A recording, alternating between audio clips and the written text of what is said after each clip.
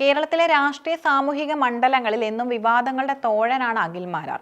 Big Boss season 5 ജേതാവ് എന്ന നിലയിൽ വലിയ ജനപ്രീതി നേടിയെങ്കിലും പലപ്പോഴും അദ്ദേഹത്തിന്റെ നിലപാടുകൾ വലിയ വിമർശനങ്ങൾക്ക് വഴിവെക്കാറുണ്ട്.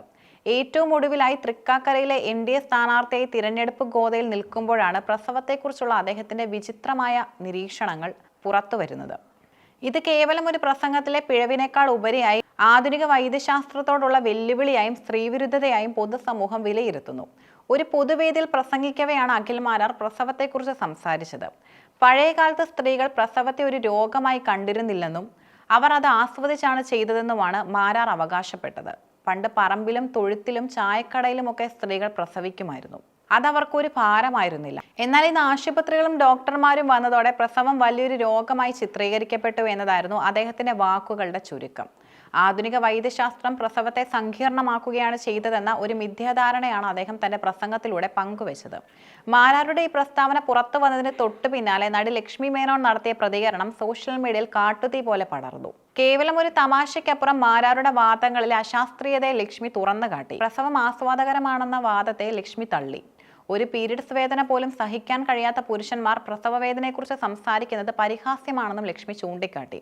ഒരു മനുഷ്യ ശരീരം അനുഭവിക്കുന്ന ഏറ്റവും കഠിനമായ വേദനകളിൽ ഒന്നാണ് പ്രസവവേദന എന്ന് ശാസ്ത്രം തെളിയിച്ചതാണ്. അതിനെ ആസ്വാദനം എന്ന് വിളിക്കുന്നത് ആ പ്രക്രിയയുടെ കടന്നുപോകുന്ന സ്ത്രീകളെ പരിഹസിക്കുന്നതിന് തുല്യമാണെന്നും ലക്ഷ്മി പറഞ്ഞു.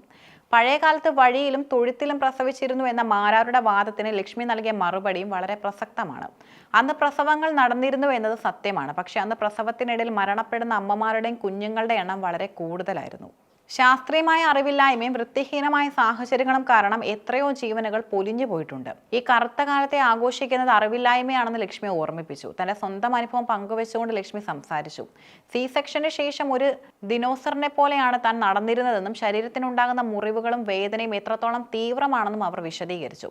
പ്രസവം എന്നത് ഒരു സദ്യ കഴിക്കുന്നത് പോലെ ലളിതമായ കാര്യമല്ലെന്ന ബോധ്യം അഖിൽ മാരാറിനെ പോലുള്ളവർക്ക് ഉണ്ടാകണമെന്നും ലക്ഷ്മി പറഞ്ഞു. അഖിൽ മാരാറുടെ പ്രസ്താവനയിൽ ഏറ്റവും വലിയ അപകടം അടങ്ങിയിരിക്കുന്നത് അത് ആധുനിക വൈദ്യശാസ്ത്രത്തെ തള്ളിക്കളയുന്നു എന്നതിലാണ്. കേരളം കൈവരിച്ച ഏറ്റവും വലിയ നേട്ടങ്ങളിൽ ഒന്ന് ആരോഗ്യരംഗത്തെ വികസനമാണ്. ശാസ്ത്രീയമായ പ്രസവ രീതികളും ഹോസ്പിറ്റൽ സൗകര്യങ്ങളും ലഭ്യമായതോടെ മാതൃമരണ നിരക്ക് വലിയ തോതിൽ കുറഞ്ഞു. പ്രസവത്തിനിടയിൽ ഉണ്ടാകുന്ന അപ്രതീക്ഷിതമായ രക്തസ്രാവം, കുഞ്ഞിന്റെ ശ്വാസം മുട്ടൽ തുടങ്ങിയ സങ്കീർണതകളെ നേരിടാൻ ഇന്ന് ആശുപത്രികളിൽ സൗകര്യങ്ങളുണ്ട്. പഴയകാലത്ത് ഇത്തരം സാഹചര്യങ്ങളിൽ മരണം മാത്രമായിരുന്നു വിധി. കുഞ്ഞ് ജനിച്ചയുടൻ ലഭിക്കുന്ന പരിചരണവും പ്രതിരോധ കുത്തിവയ്പ്പുകളും ശിശുമരണ നിരക്ക് കുറയ്ക്കുന്നതിൽ പ്രധാന പങ്കുവഹിച്ചു.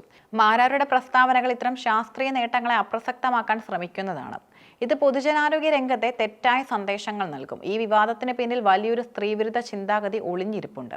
സ്ത്രീകളുടെ ശരീരം കേവലം കുഞ്ഞുങ്ങളെ ഉൽപ്പാദിപ്പിക്കാനുള്ള ഒരു യന്ത്രമാണെന്നും ആ വേദന അവർ സഹിക്കേണ്ടത് സ്വാഭാവികമാണെന്നുമുള്ള പഴയകാല പുരുഷാധിപത്യ ചിന്തയുടെ തുടർച്ചയാണിത്.